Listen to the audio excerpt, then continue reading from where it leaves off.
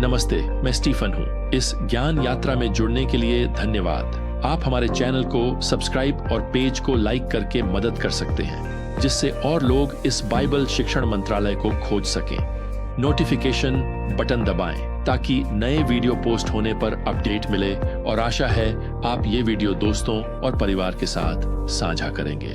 सबसे महत्वपूर्ण बात यह है कि यह अध्ययन आपको बुद्धिमानी से चलने में मदद करे। धन्यवाद।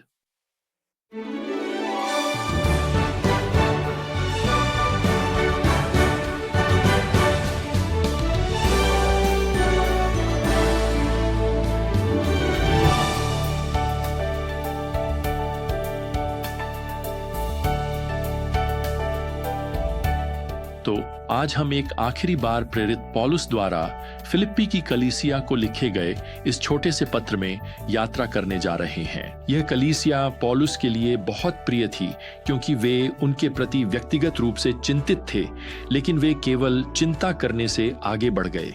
वे इतिहास में एकमात्र स्थानीय कलीसिया के रूप में जानी जाती है जिसने प्रेरित पौलुस का आर्थिक रूप से समर्थन किया। सोचिए जरा, अब पौलुस इस पत्र के माध्यम से और पैसे नहीं मांग रहे हैं। यह वास्तव में कई मायनों में एक मिशनरी पत्र है जो उनकी भेजने वाली कलीसिया के लिए लिखा गया है।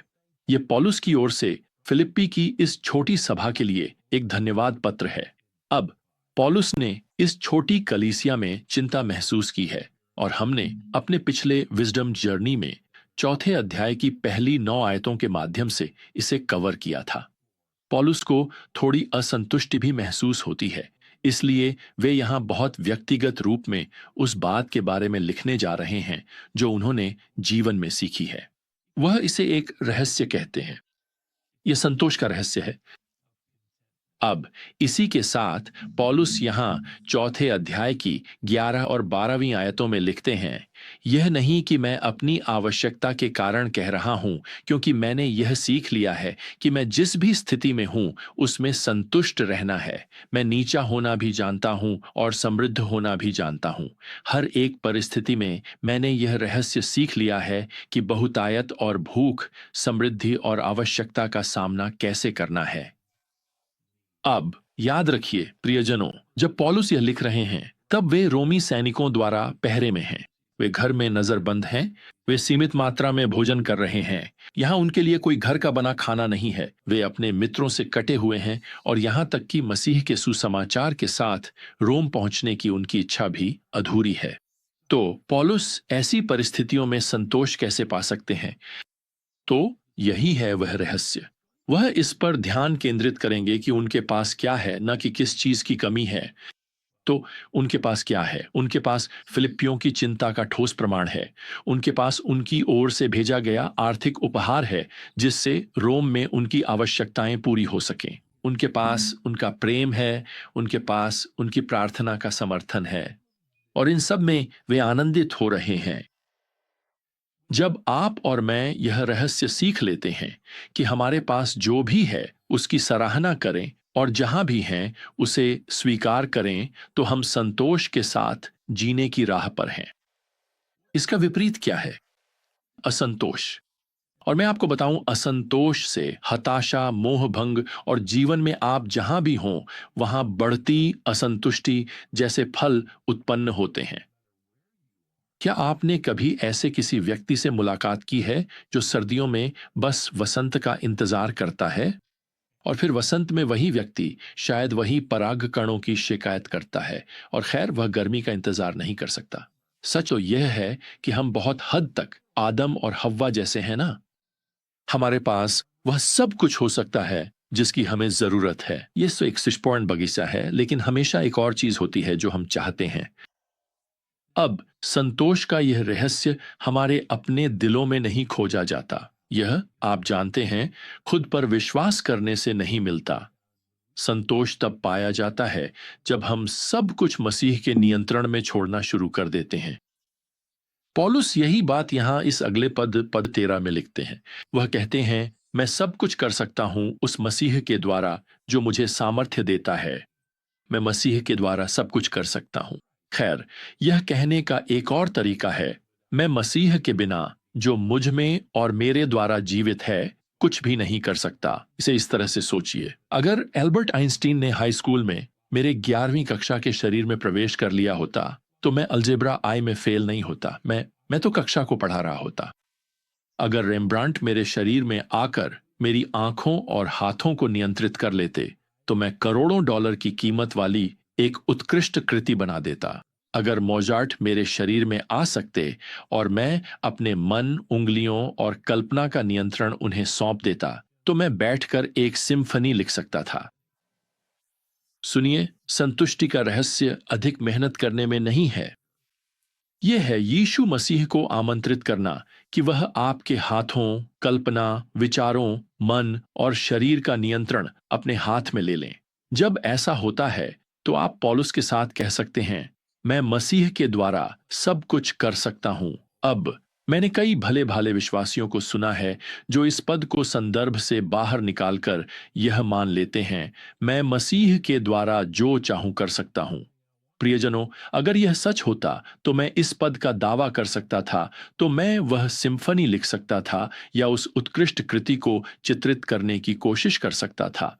यह होने वाला नहीं है। वे सब कुछ जो पौलुस कहता है कि वह मसीह के द्वारा कर सकता है, वे उसी से संबंधित हैं जो उसने अभी लिखा है। वह कठिनाई सह सकता है, वह बिना किसी नाराजगी के भूखा रह सकता है, वह समृद्धि को बिना आत्मसंतुष्ट हुए संभाल सकता है, वह बुरा व्यवहार झेल सकता है बिना कड़वा हुए।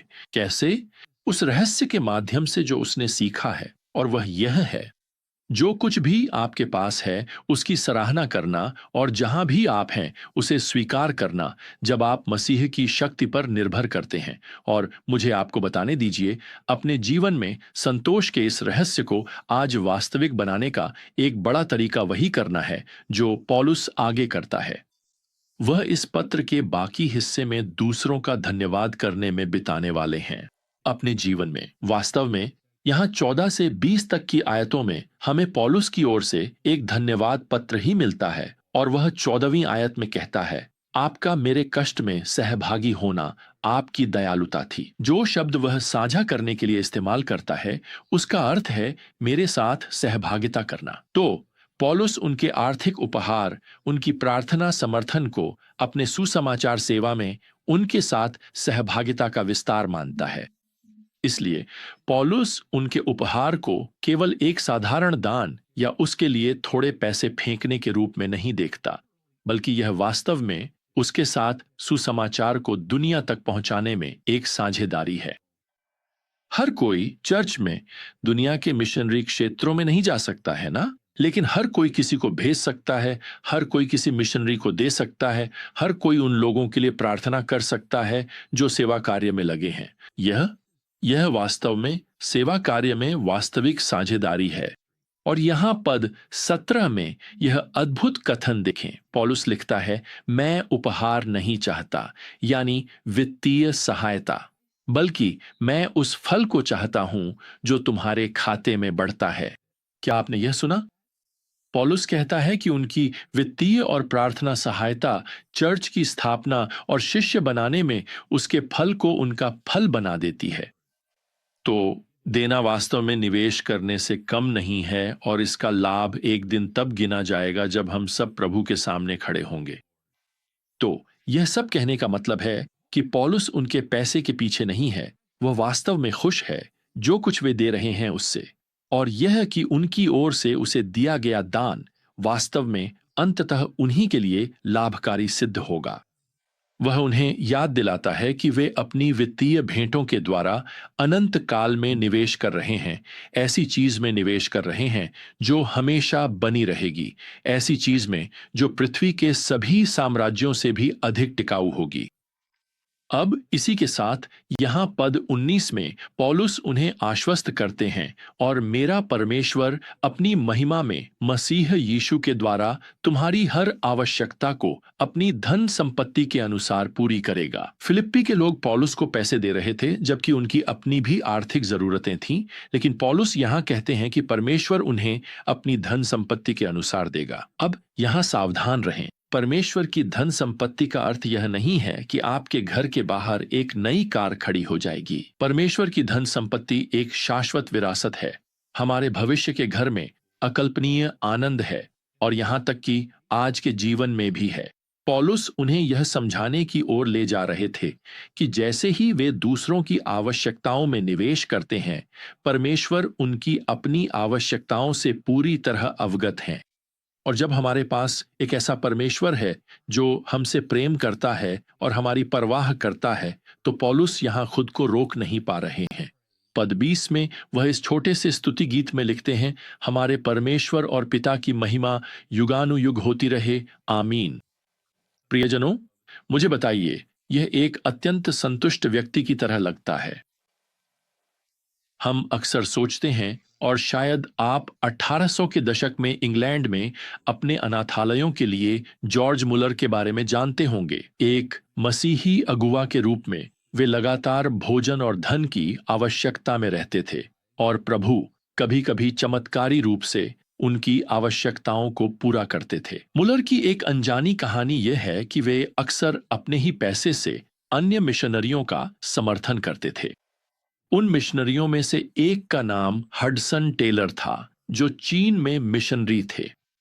एक दिन मुलर ने हडसन को एक पत्र लिखा जिसमें आंशिक रूप से लिखा था, मेरे प्रिय भाई, चीन में प्रभु का कार्य मेरे हृदय पर और अधिक बोझ बनता जा रहा है, और मैंने सोचा कि शायद आपके कठिनाइयों, परीक्षाओं, संघर्षों और निराशाओं में आपको यह जानकर थोड़ी हिम्मत मिलेगी कि एक और व्यक्ति है जो आपके लिए महसूस करता है और जो प्रभु के सामने आपको याद करता है। खैर, उस छोटे से नोट के साथ एक चेक संलग्न था जिसकी आज की अर्थव्यवस्था में कीमत $1000 होगी। अब क्या जॉर्ज मुलर की अपनी भी कुछ जरूरतें थीं? ओह हां, थीं। लेकिन प्रेरित पौलुस की तरह वह भी संतोष का रहस्य सीखने की राह पर थे। और वह रहस्य क्या है? वह है जो भी आपके पास है उसकी सराहना करना। यह है जहां भी आप हैं उसे स्वीकार करना। और हम इसमें एक अंतिम विचार जोड़ सकते हैं कि यह भी है जिस किसी में भी आप निवेश कर सकते हैं, परमेश्वर की महिमा के लिए उसमें निवेश करना। खैर, जब तक हम फिर से यात्रा पर न निकलें, प्रियजनों, प्रभु यीशु मसीह का अनुग्रह, परमेश्वर का प्रेम और पवित्र आत्मा की संगति आप सभी के साथ बनी रहे। आमीन।